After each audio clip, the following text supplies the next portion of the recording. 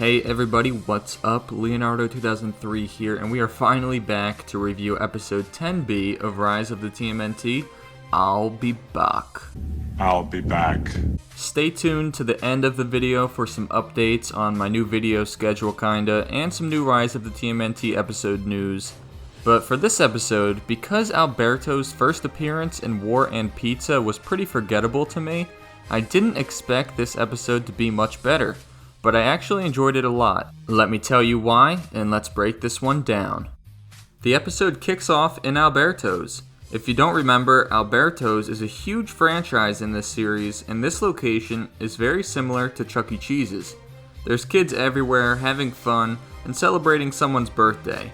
And they even made new versions of Albearto, Cherry Tomato, and President Pepperoni for the stage. But Baxter Stockboy is up to no good.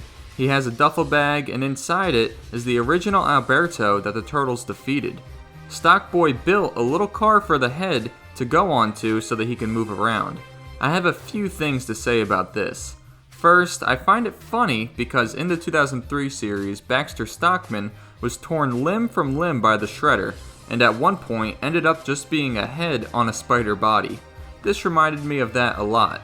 Also, this is literally all we see of Stockboy in the whole episode, and he doesn't even speak. He has no lines. Even when Albearto talks to him, he's silent. This was a huge missed opportunity. I have been waiting to see Stockboy again, and he comes back and isn't important at all. He must have just found the beaten up Albearto and fixed him up some wheels so we could have the cheat code for the dance machine. Honestly, I believe that this episode was supposed to air correctly before the Gumbus, but they aired the Gumbus first for a Halloween episode. That's the only way I can make sense of this. Anyways, the evil Albearto wrecks through the party and replaces the animatronic Albearto's head with his. He immediately turns evil. And the manager from Albearto's made a small appearance here too. He cracks me up just because he's such a snarky little nerd. Albearto goes to the Hall of Fame of the 4 other famous Albearto characters from the past. This Albearto is so much better than what he was in the first episode. He talks more like an evil villain, and he's not just a stupid robot. He has hate inside of him for humans, because they've controlled him for years. He now wants to take over the world with his army of Albeartos. He brings them all back to robot life, and is ready to take over. Next, we cut to Splinter trying out for the Turtles' new band. He has an amazing opera voice. Even the humans at the surface can hear him, and it brings tears to their eyes. But the Turtles aren't impressed, and don't want their dad in the band. I love Raphael's deep, bluesy voice that he uses in this episode. It's just so funny. And we all know how beautifully musical performances and TMNT go together. Practicing with staying on the ground, but singing in the sewer is a wonderful sound. Donnie reveals that he got them the gig by intercepting an email that was supposed to go to Justin Bieber for a performance at Albearto Land, the Albearto theme park. Each of the turtles have a different music genre that they represent. Donnie is electro, Mikey is rap, Raph is soul, and Leo is glam rock. I love music personally, so this episode was just hilarious. We cut to the 5 main Albeartos underneath a pier at the beach next to Albearto Land. There's Albearto the pirate, Boyao Berto, Chef Albert, and Otto von Berto. Albearto is like an evil leader, ready to take over the world. Albearto Land is worked by pretty much all animatronic Albeartos. This gets Leo a little nervous.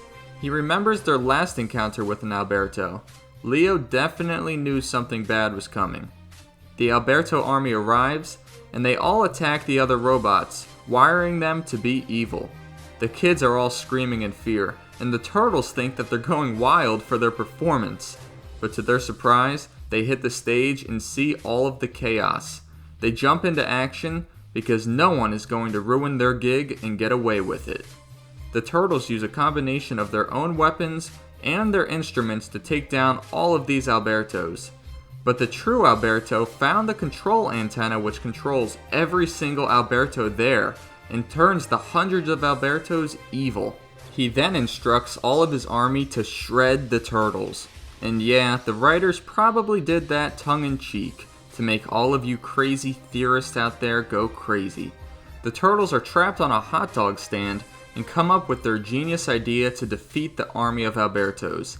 They're going to perform. The hilarious part about this was they actually sounded amazing for a second. They were performing an awesome song about the struggles of a robot life. But that was all just in their head, and they actually sounded god-awful. I was waiting all episode to hear what their band was going to sound like, so I guess I was pretty satisfied. They sound so bad that it literally blows all of the robots' minds. They actually begin to kill themselves. They decapitate each other, jump in dunk tanks to electrocute themselves, and even fly off of the roller coaster tracks to explode. The last one to go was the true Albearto, and this time I don't think he's coming back, at least not anytime soon. The turtles call themselves the Mad Dogs, Leo drops the mic, and they plan to go to Albearto's for some pizza. Like I previously mentioned, this episode did exceed my low expectations, but that doesn't mean that this one was spectacular or anything.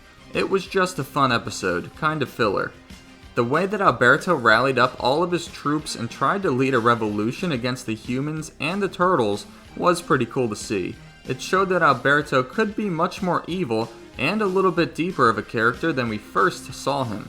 The episode actually ended the same way as the last one, but this time, the Albearto's eye didn't glow up, showing that he would be back. He's pretty low on the totem pole of villains, so I can't see him coming back anytime soon. Splinter and Baxter Stockboy also made their minor appearances. Splinter's was hilarious. His singing and his disappointment to not making it in the band was pretty funny. But like I already kind of ranted about, Stockboy's appearance was just so lame. He could have came in at the end of the episode or something, trying to help Albearto defeat the turtles, but nope, he didn't even get to say one word. Was the voice actor out of town or something? Again, I think that this episode was actually supposed to come before the Gumbus, and this would have been our first sight at Stockboy. I loved what the turtles brought to this episode. They were just so funny, and they saved the day in a pretty hilarious way. Hopefully the band can get back together for one more performance later on. We all know how amazing music and the turtles can go together.